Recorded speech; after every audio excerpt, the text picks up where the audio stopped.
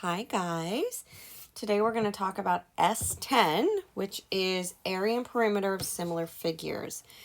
So similar figures, remember, have congruent angles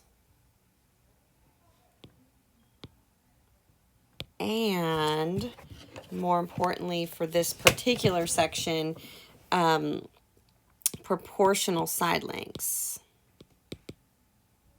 Okay, so what we're going to actually be looking at is the relationship between side lengths, the perimeter, and the area. Okay, so there is a relationship that all three of these hold, and it will give us shortcuts in finding missing lengths and dimensions. So let's go ahead and get started.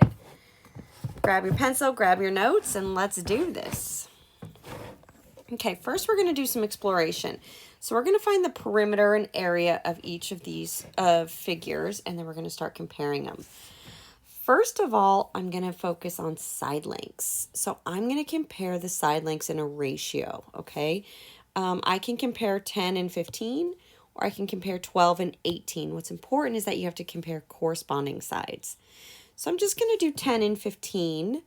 So 10 over 15, if I were to reduce that, divide by 5, that would equal 2/3. Okay, so my side length ratio is 2/3. S stands for side, obviously. Now let's go ahead and find perimeter. I'm going to find a different color. Let's do pink. So my perimeter would be, now that's adding up all four sides, so that would be 24 plus 20, that's 44. Okay, so my perimeter on this, the bigger rectangle would be, so all four sides, so that would be 30 plus 36, and that would give me 66. So my perimeter ratio is going to be, that would, and you remember I'm going left to right to be consistent, so that would be 44 over 66. So if I were to reduce that, divide by 11, that would give me 4 over 6, which would then give me 2/3. So my perimeter ratio is the exact same as my side length ratio. Exact same. That's awesome. That works for every similar figure. Now let's look at area. So let's go ahead and find a different color. Let's use dark blue. So area of this small figure is going to be 10 times 12, which is 120. And then area of my big figure is going to be 15 times 18, which, let me see, 15 times 18, using my calculator here, that's 270. Okay, so if I were to do my area ratio, that would be 120 over 270. Cross out the zeros. Let me see, if I were to divide by 3, that would then give me 4/9. Okay, and that's as far as I can reduce there. So my area ratio is not the same as my perimeter and side ratio, but it's related. If you look at it, it's the squared of perimeter and side. So if you squared your perimeter side lengths, or excuse me, squared your perimeter ratio, 2 squared is 4, 3 squared is 9, which makes sense because perimeter and side lengths are measured in units. And then area is units squared. So of course it would be the ratio squared. So let's actually put this into practice. Okay, well actually first let's look at the theorems. So I like to see this format the best. This is what helps me remember everything. So ratio of sides and perimeter are the exact same. They should have the same ratio. Now the ratio of the area would be whatever you have as perimeter or sides squared. Okay. Now this theorem is saying the exact same. Ratio of perimeter and side length is just going to be one number to the next. Then to get to the ratio of the areas, you simply square it. This will make a lot more sense when we see it into practice. So let's look at this table I have on the next slide. So I'm actually going to extend my lines here. Okay, so this is actually 3 different problems. 1, 2, 3. Okay, so they want us to copy and complete the table. So if they give me the ratio of side lengths I know that's the same of perimeter. So if this is a 5:6 ratio, same with the perimeter. Then to get to the area ratio, that would be squaring everything. So that would be 25:36. Okay, so let's go ahead and go to number 2. So my perimeter ratio, 7:10, is going to be the same as my side length ratio, so 7:10. Now to get to the area ratio, that would be this squared, so it would be 49:100. And then on the third example, if they're giving me the area ratio to go backwards, you square root it. So the square root of 81 is 9, and the square root of 36 is 6. It would be a 9:6 ratio. Okay, so on your homework, there is something wrong with number 3. It's not reduced, and it wasn't even reduced in the very beginning. So always reduce. Any good mathematician reduces. So if we reduced, okay, first of all, if we reduced from here, you could divide everything by 3. That would be a 3:2 ratio. Now, if I reduced from the beginning, 81 and 36, if I divided by 9 in the very beginning, I would get a 9:4 ratio. That's fully reduced. And then if you square root 9 and 4, you do get 3:2. So whenever you choose to reduce is fine. You'll still get the correct answer, but always reduce. All right. Now we're going to look at problems that you're going to see on your homework.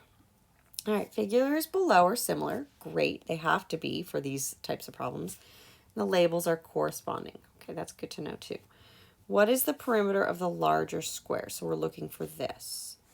So what I'm going to do is I'm going to find my side length ratio, and I'm going to set it equal to my perimeter ratio because I know they have the same ratio, so they're proportional. So I'm going to say 6 is to 7 as 24 is to P2. That's my unknown. And then I'm just going to cross multiply. So 7 times 24, which is 168, and that equals 6 times P2. Then I'm going to divide by a 6, and that's going to give me 28. So P2 should be 28 meters. All right. Now this one's a step up because now we're looking for a missing area. Okay, so the figure below are similar. The label sides are corresponding. Great. What's the area of the larger triangle? So what we're going to do is set up side and area. Now remember, area is always squared. So first of all, let me do my side length ratio. So that would be a 6 to 9. So that's a 6 to 9. Okay. Now, my area ratio, the smaller triangle is 36, and then my bigger triangle is unknown, which I'm going to call A2. Okay, before I get excited and go and cross multiply, this is very important. You cannot until they're in the same units of measurement. So what I'm going to do is I'm going to square the side lengths to make it have the same proportion as the area. Because remember, side has to be squared to be set equal to it. So this would be 36 over 81 equals 36 over A2. Okay, so I can cross multiply here, but I can also see, well, if I have the same numerator, I'm going to have the same denominator.